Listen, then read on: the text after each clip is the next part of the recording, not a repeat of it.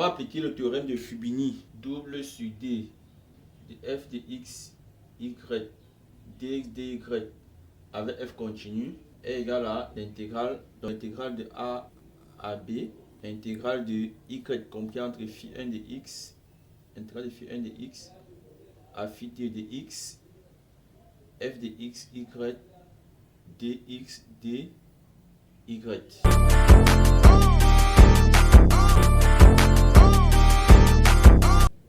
Voilà les amis, bienvenue sur la chaîne MyBest. Abonnez-vous massivement pour ne rien manquer des prochaines vidéos. On va calculer les intégrales double a et b ainsi définies sur les domaines t et c respectivement. On va commencer par la double intégrale a sur le domaine t définie par l'ensemble des x appartenant à R2 tels que x inférieur ou égal à 1, y inférieur ou égal à 1 et x plus y supérieur ou égal à 0. On va donc commencer par représenter notre domaine graphiquement. Donc commençons par l'ensemble de x inférieur ou égal à 1. Donc je vais tracer la droite d'équation x égale à 1 que voici. Donc quel est l'ensemble des x tel que x est inférieur ou égal à 1? C'est cette partie-ci. On a ici 0, 1. Donc toutes les valeurs dont l'abscisse est inférieure ou égal à 1 satisfont à cette condition. Donc je vais assurer la partie qui ne fait pas partie du domaine. Donc ici, je vais assurer cette partie-ci qui ne m'intéresse pas. Ça, ce sont les x supérieurs ou égaux à 1 que j'assure. Dans la partie qui m'intéresse, ce sont les x inférieurs ou égaux à 1. Nous sommes ici. Ensuite, la deuxième droite, je trace la droite d'équation y égale à 1. Voici 1, je trace ma droite. Je vais assurer le domaine qui ne m'intéresse pas.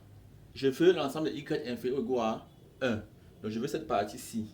Je vais donc assurer la partie qui m'intéresse, partager la partie supérieure. Donc pour le moment, avec les deux premières conditions, j'ai cette partie du plan. La troisième condition, c'est x plus y supérieur ou égal à 0. Je trace de la droite d'équation x plus y égale à 0. Qui est encore y égale à moins x, qui est la deuxième bisectrice.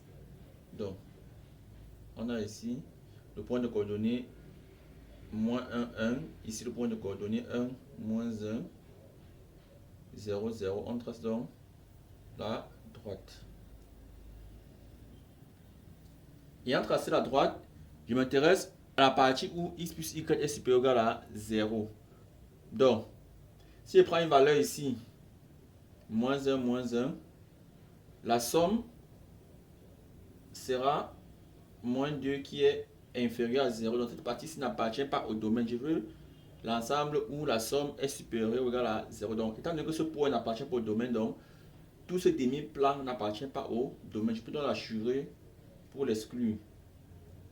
Il me reste donc mon domaine qui est donc ce triangle que je vais mettre en rouge. Donc voici mon domaine T. Par le point de coordonnées moins 1, 1, 1, 1 et 1, moins 1. Voilà donc mon domaine. Donc les amis, nous avons ici notre domaine T qui est dans le triangle que nous avons déterminé tout à l'heure. Donc on remarque que ce domaine T est compact. C'est un triangle, c'est évident. Ensuite la fonction x plus y de la fonction définie par f de x, y égale à x plus y est continue. On va appliquer le théorème de Fubini qui dit que si on a un domaine défini par x, y appartenant à R2 par a inférieur ou égal à x inférieur ou égal à b, phi1 de x inférieur ou égal à y inférieur à phi2 de x, si phi1 et phi2 sont continus et quel que soit x appartenant à AB, phi1 de x inférieur à phi2 de x, alors l'intégrale double sur d de f de x, y, dx, dy avec f continu est égal à l'intégrale dans le domaine peut encore s'écrire x compris entre a et b de l'intégrale de a AB, intégrale de y compris entre phi1 de x, intégrale de phi1 de x à phi2 de x, f de x, y, dx, dy.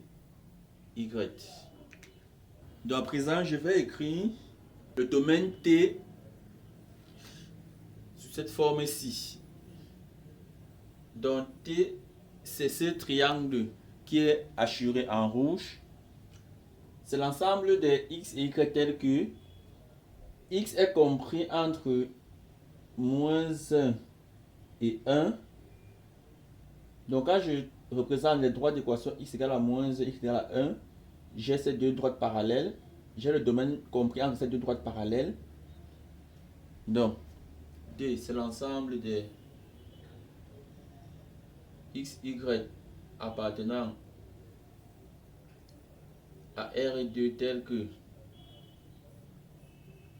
-1 inférieur ou égal à x inférieur ou égal à 1. Et donc, dans ce domaine, j'ai délimité par ces deux droites. Ensuite, par ces deux autres droites. Donc, x varie de -1 à 1. Y varie de moins x. Ça, c'est la droite du coefficient qui est égal à moins x. De moins x à 1. Donc, moins x inférieur ou égal à y inférieur ou égal à 1. On voit donc là que nous avons ici x compris entre a et b. Nous avons y compris entre phi1 de x et phi2 de. Donc ici, phi1 de x est moins x et phi2 de x est 1. Donc on peut l'écrire phi1 de x c'est moins x, phi2 de x c'est 1. Donc par application du théorème de Fubini, nous aurons donc l'intégrale double de f de x, y sur le domaine T sera l'intégrale de a à b ici. A c'est -1, b c'est 1. Intégrale de phi1 de x à phi2 de x. Phi1 de x c'est moins x, phi2 de x c'est 1. On va donc écrire, a égale à intégrale double sur t de f de x, y, dx, dy, qui n'est autre que, j'applique le théorème de Fubini, intégrale de a à b, c'est-à-dire de -1 à 1, intégrale de phi1 de x à phi2 de x, c'est-à-dire de moins x à 1, de f de x dx, qui est égal à x plus y, dx dy. Donc, si c'est égal à intégrale de -1 à 1, intégrale de moins x à 1 de x plus y dy, le tout dx. J'espère que vous voyez bien. C'est encore égal à intégrale de -1 à 1. Ici, on intègre par rapport à y. Donc, on va prendre x ici comme une constante. Donc, la primitive ici sera la primitive de x relativement à la variable y sera donc x, y. Parce que si on dérive par rapport à y, on aura encore x plus la primitive de y, c'est 1 demi de y au carré de moins x à 1. Et le tout dx, si on dérive ici, on aura encore x plus y. C'est encore égal à intégrale de -1 à 1. Ici, je remplace d'abord y par 1. Ça va faire y par 1, ça va donner x. Y par 1, ça va faire 1 demi moins. Je remplace y par moins x. Ça va faire moins x au carré. Et ensuite, je remplace y par moins x. Ça va me faire 1 demi de x au carré, parce que le moins x au carré va donner encore x au carré, donc plus 1 demi de x au carré, le tout dx, ce qui est donc égal à intégrale de -1 à 1 de x plus 1 demi. Ici le moins 1, ça va faire x au carré moins 1 demi x au carré, ça donne donc plus 1 demi de x au carré dx. Donc, c'est encore égal à, on va trouver une primitive. Ici, la primitive de x est x au carré sur 2. La primitive de 1 demi, c'est 1 demi de x. La primitive de 1 demi de x au carré, c'est x puissance 3 sur 6. Ceci entre moins 1 et 1. Ce qui est donc égal à, on rappelle d'abord x par 1, ça fait 1 demi, plus 1 demi, plus 1 sixième, moins, on rappelle x par moins 1, ça va faire ici, moins 1 au carré, ça fait encore 1, 1 demi, ici par moins 1, moins 1 demi, ici par moins 1, ça fait moins 1 sixième. Or, nous avons 1 demi, moins 1 demi, ça s'annule, il reste moins, moins, ça fait 1 sixième. Dans fin de compte, on a 1 demi, plus 1 demi, plus 1 sixième, plus 1 sixième. 3 sixièmes, plus 3 sixièmes, plus 1 sixième, plus 1 sixième, qui est égal à 6, 7, 8 sixième, qui est égal à 4 tiers. On a donc A égale à 4 tiers. Revenons maintenant au calcul de B. B est défini sur le domaine C, 1, moins 1, 1 croix, moins 1, 1. Donc ici, nous avons x est compris entre moins 1 et 1. On a ces deux droites. Et ensuite, y est compris entre moins 1 et 1. On a ces deux autres droites. Dans mon domaine, c'est simplement ce carré.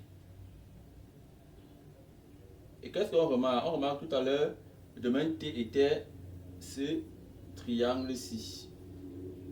Donc en réalité, le domaine C, c'est le domaine T plus son symétrique par rapport à la deuxième bisectrice.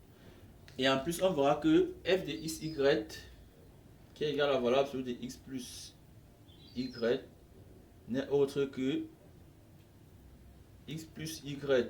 Si x plus y est positif, et moins x plus y si x plus y est négatif. Or, dans le domaine T, x plus y est positif. On a vu tout à l'heure, dans ce domaine-ci, x plus y est positif. Et dans ce domaine-ci, je vais appeler T', x plus y est négatif. Donc, B qui est intégrale sur C, intégrale double sur C, de x plus y dx dy, c'est encore intégrale sur T de x plus y dx dy plus intégrale sur T', x plus y dx dy. Or, le domaine T' est symétrique à T et l'expression de f de x, y sur T est son opposé sur T'. Et on aura l'égalité entre ces deux intégrales. Ici, on précise que T et T' forment une partition de C. Donc ici, c'est encore égal à, nous avons ici A qui est égal à 2A qui est égal à 2 fois 4 tiers qui est égal à 8 tiers. Donc B égale à 8 tiers.